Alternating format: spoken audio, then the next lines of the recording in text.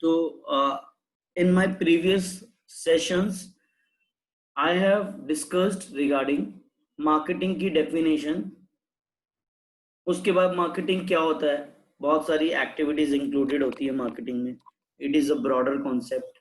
मैंने आपको ये बताया कैसे broader concept है, क्योंकि शुरू होने से पहले, प्रोडक्ट बनने से पहले मार्केटिंग चालू हो जाती है, प्रोडक्ट बेचते हुए और बेचने के बाद भी lot of things which we need to take care of, जिसको हम मार्केटिंग बोलते हैं. Selling is just a part of it.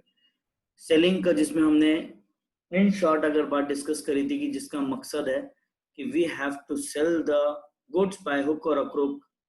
मुझे किसी भी तरह से गुड्स को बेचना है and to earn the profit.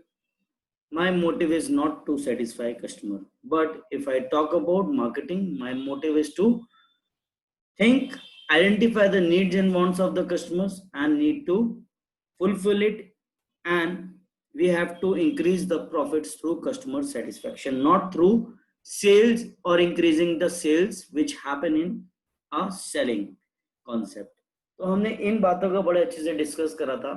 There after in the last session मैंने आपको दूसरी चीज समझाई थी कि there are lot of thinkings, there are lot of concepts and philosophies, yani ways of doing a business या strategies which a marketer adopt to increase its sales, अपने sales को बढ़ाने के लिए या अपने प्रोडक्ट को करने के लिए, तो अपना टारगेट अचीव करने के लिए बेसिकली वी से.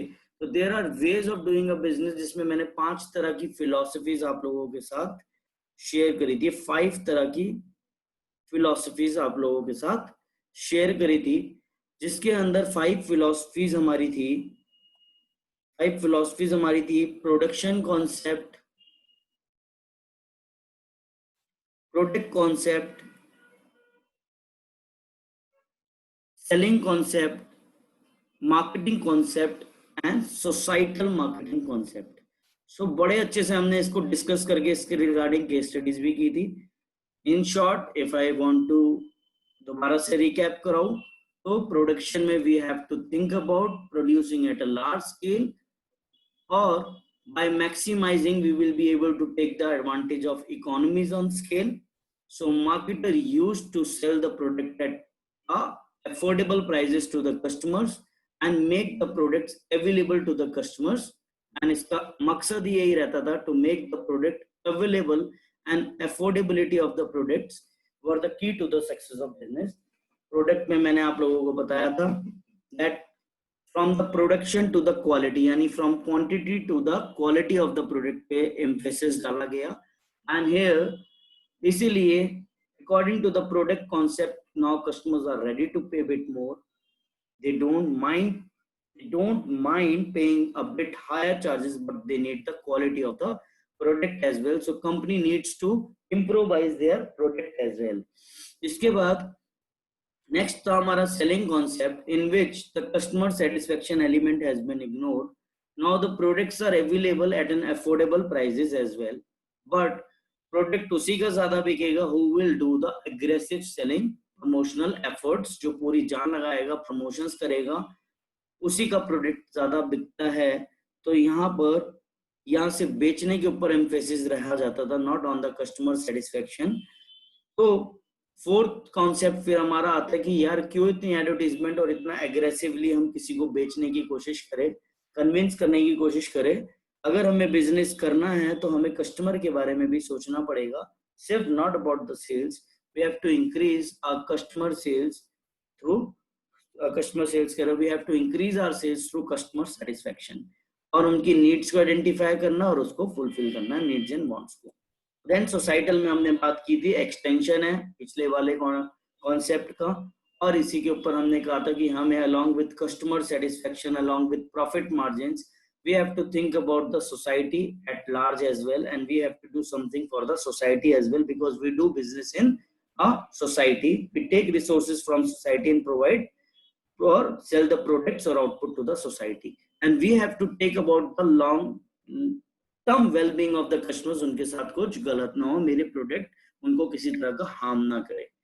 इसके बाद हमने इसकी फिलॉसफीज के ऊपर केस स्टडीज करी थी, गिनिका तनिष्क, रोहित वाली और Raminder. So this is whatever till now we have discussed.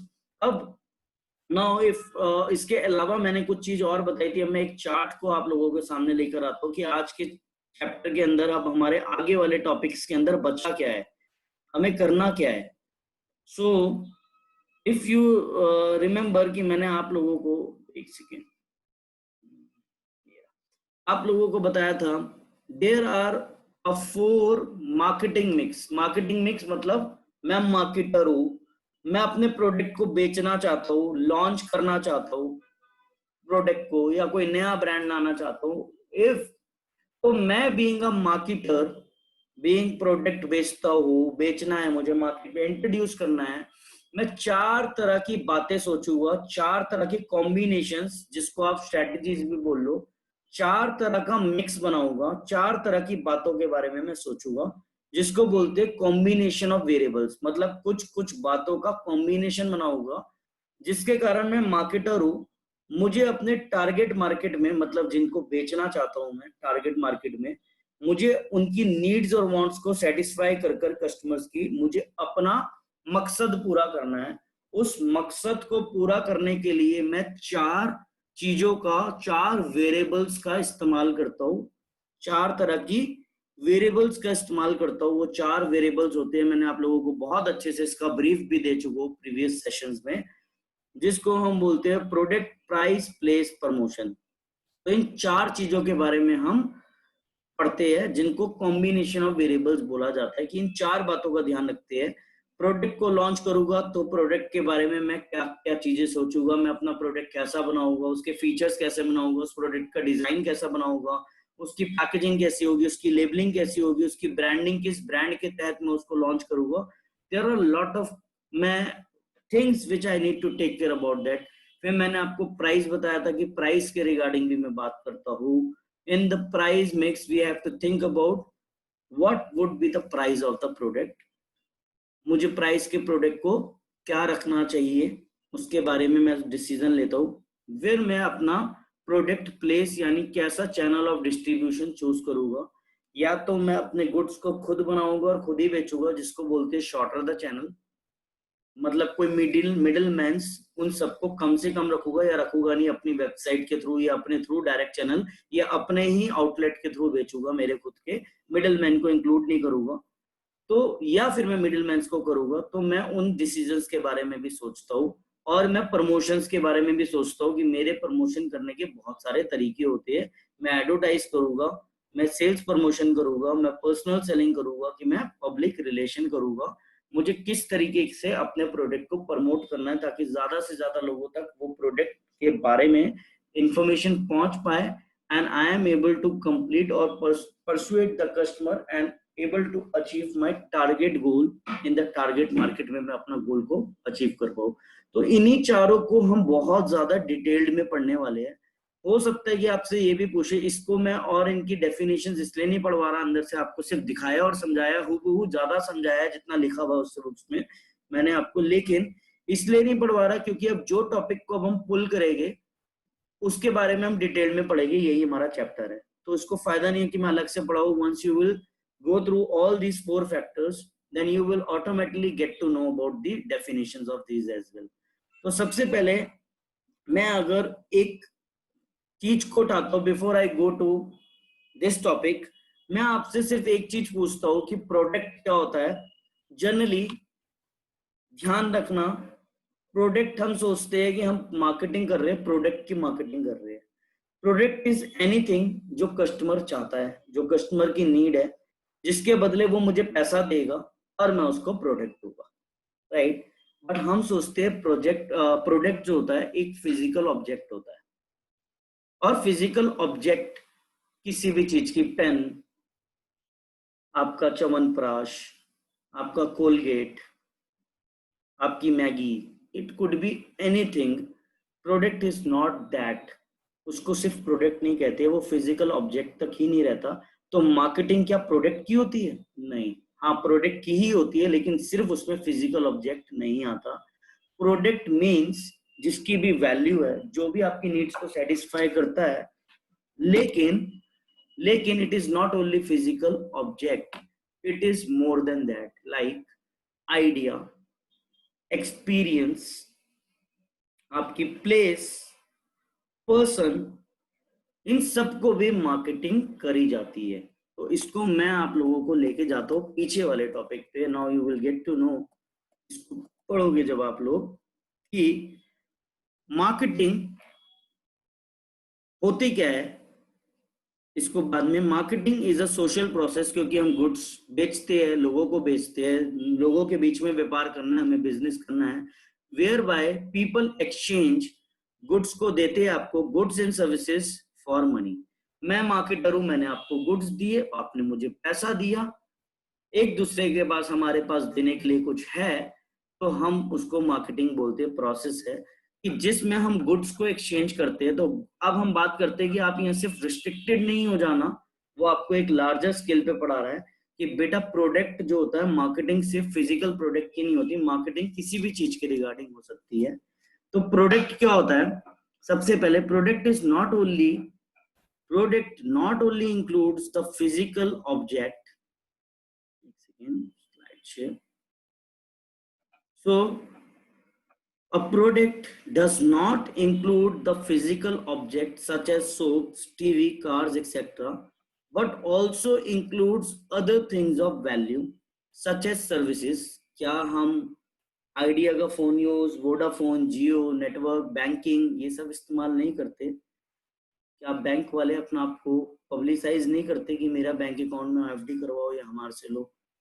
Idea, place, Gujarat है, जयपुर है, काफी सारे प्लेसेस है जिसको हम प्रमोट करते हैं, जिसकी मार्केटिंग होती है, इवेंट्स मार्केटिंग होती है, ट्रेड फेयर लगता है जगह जगह, है ना। तो बहुत सारी चीजें होती है जिसको हम मार्केटिंग करते हैं। तो marketing is not only limited to physical object, but there are other things, like मैंने बहुत सारी चीजें लिखी है। So in marketing anything that is of value to others can be marketed. जैसे फिजिकल प्रोडक्ट्स तो होते ही है, बट सर्विसेज भी होती है, education, institution, BPO, business process outsourcing, banking, online trading, ये सब चीजें होती है। Person, place, Taj Mahal, Udaipur, events, fashion shows, film festivals, Diwali मेला, cricket world cup, information technology, stock market की इंफॉर्मेशन है वो फ्लोट होती है।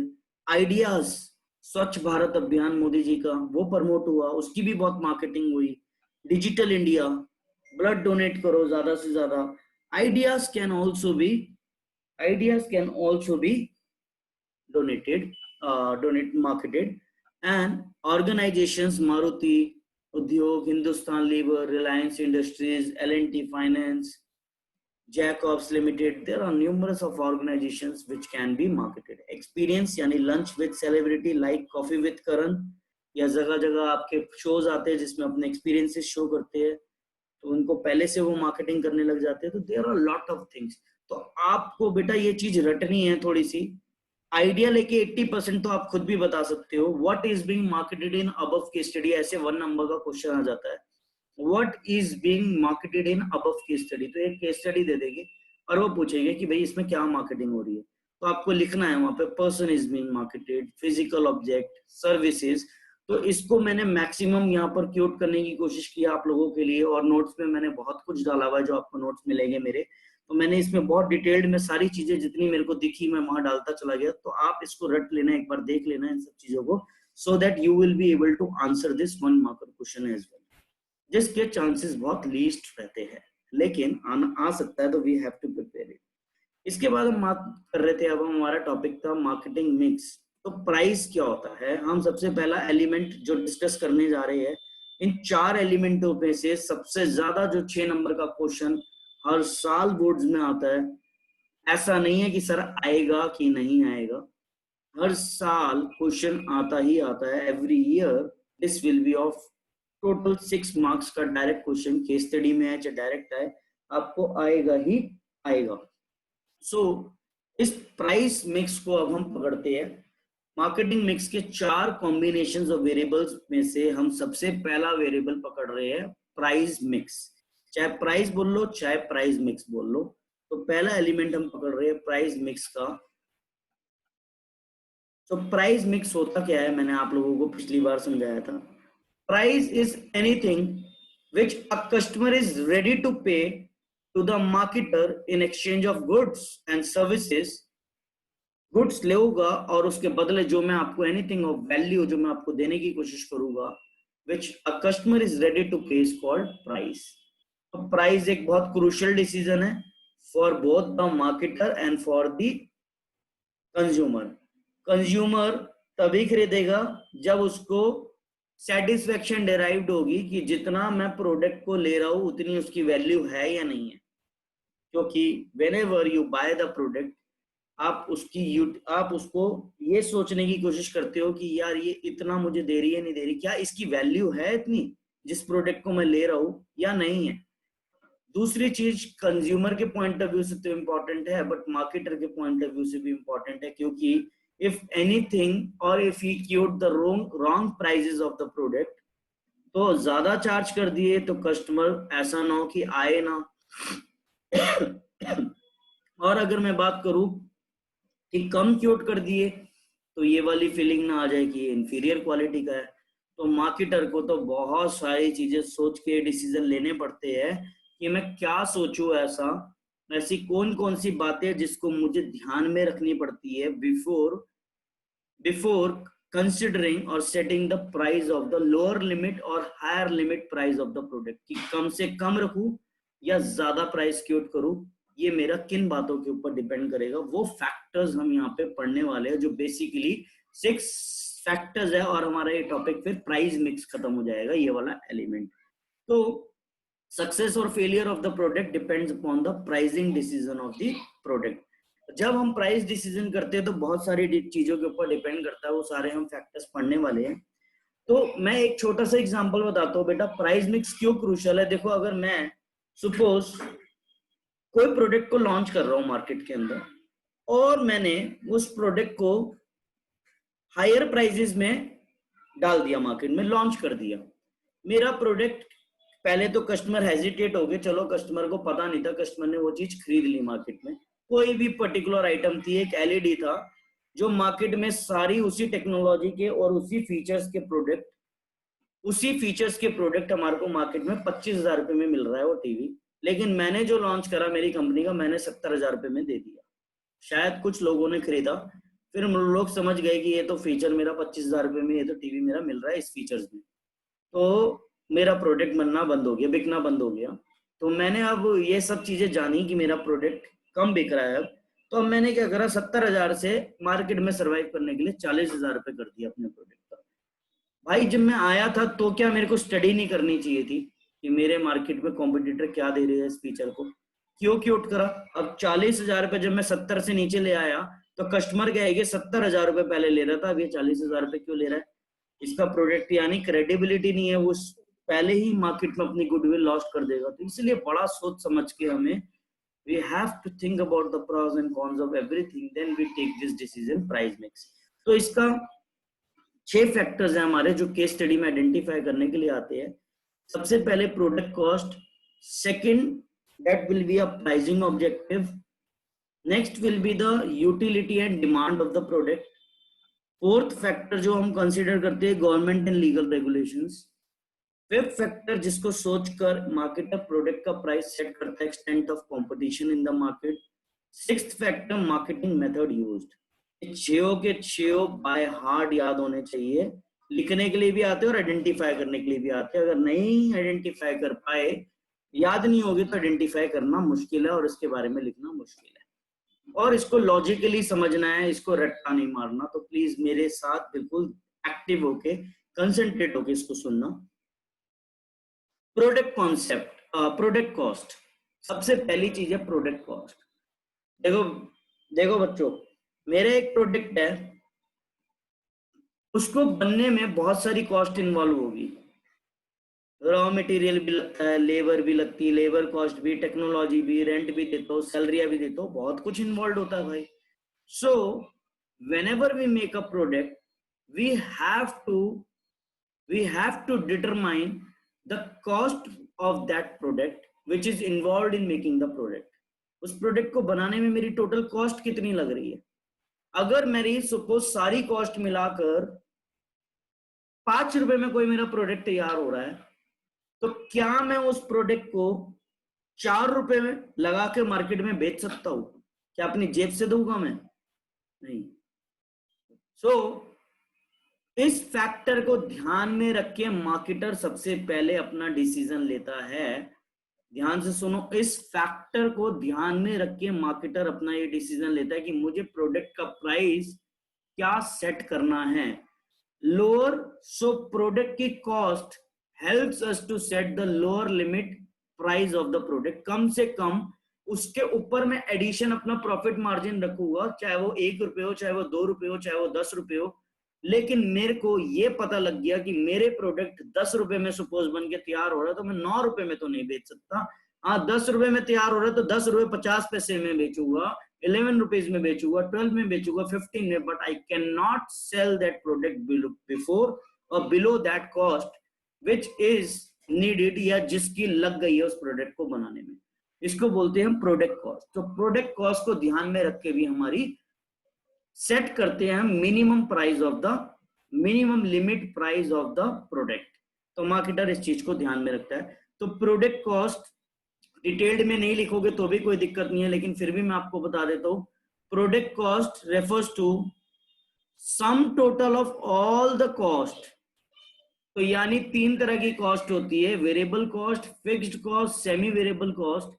उन सारी कॉस्ट का जो भी टोटल निकलता है, sum total of all these cost, वो हमारी मदद करती है मिनिमम लेवल प्राइस या lower limit price of the product को सेट करने में, जिसके नीचे हम नहीं जा सकते लेकिन उसके ऊपर हम जा सकते हैं। तो इसको ध्यान में रख के मार्केटर डिसीजन लेता है, sets the minimum level price at which the product can be sold, because we can only charge over and above that cost। उससे ऊपर चार्ज करेंगे। तो सबसे पहला डिसीजन है ये हमारा प्रोडक्ट कॉस्ट, पहला पॉइंटर है। अब मैं आपको ज्यादा डिटेल में नहीं है, लेकिन still if I will like to आपको बता दूं, फिक्स्ड कॉस्ट आप लोगों ने पढ़ रखी होगी, वेरिएबल कॉस्ट फिर भी आपको बता दूं। फिक्स्ड कॉस्ट जो चेंज नहीं होती कभी भी, with the does not very with the change in level of authority activity.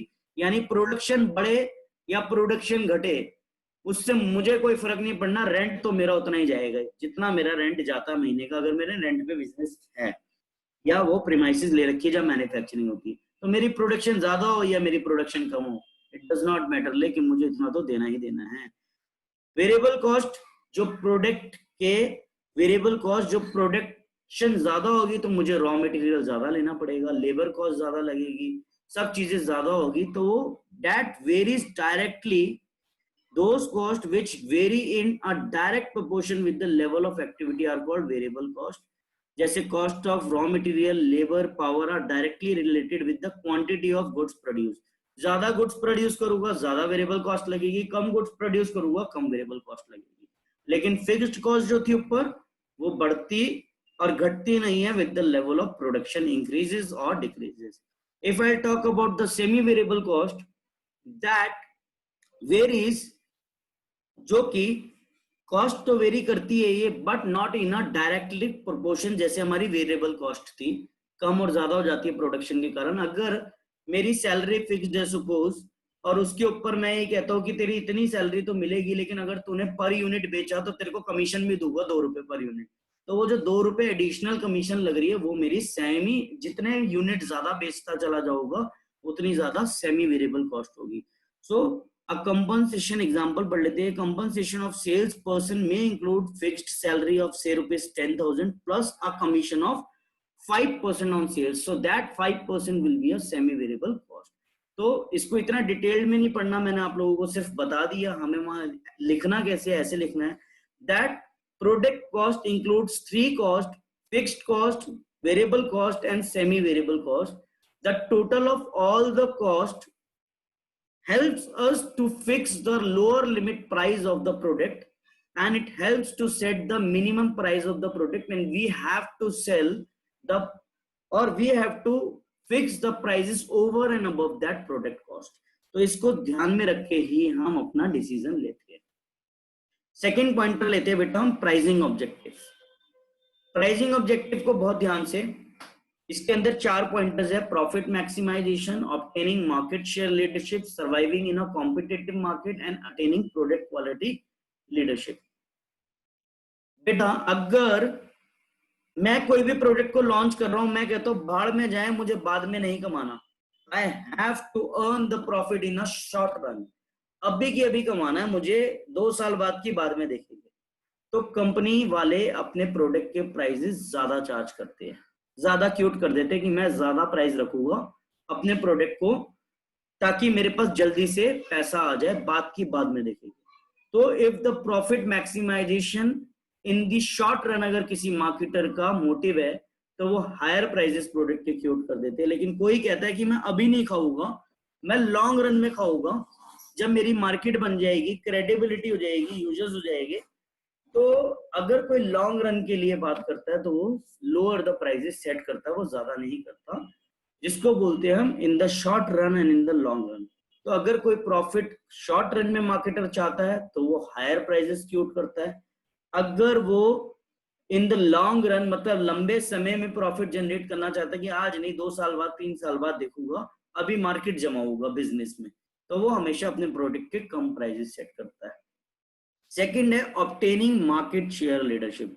11th में एक पॉइंटर हमने पढ़ा था इकोनॉमिक ऑब्जेक्टिव के अंदर, ऑब्टेनिंग मार्केट शेयर लीडरशिप। इसका मतलब क्या होता है बेटा? मार्केट शेयर लीडरशिप का होता है कि मार्केटर को अपना प्रॉफिट मैक्सिमाइजेशन एम, मैंने ऊपर बताया आपको, प्राइसिंग ऑब्जेक्टिव में होता है कि मुझे प्रॉफिट मैक्सिमाइज करना है। इसके भी कई तरीके हैं। तो ऑब्टेनिंग मार्केट शेयर लीडरशिप का मतलब है कि प्रॉफिट मैक्सिमाइज करने की भी स्ट्रेटेजीज होती है सब लोगों की। कोई कहता है कि मैं प्रॉफिट के पीछे भागूंगा, कोई कहता है मैं कस्टमर के पीछे भागूंगा, कस्टमर के मेरे मैं पीछे भागूंगा तो मेरा प्रॉफिट खुद पे खुद बढ़ जाएगा। तो कुछ लोग कहते हैं, इसका सबसे बेहतरीन एग्जांपल है रिलायंस जियो। जब मुकेश अंबानी ने अपना प्रोडक्ट लॉन्च करा रिलायंस जियो, he offered 40 he offered a free services and chips for a 3 months and for a 6 months, and he gave, और उसने आपको डेटा भी फ्री दिया, डेटा कार्ड 4G। क्यों? क्योंकि एयरटेल का मार्केट शेयर मतलब यूजर्स कितने थे? 100%।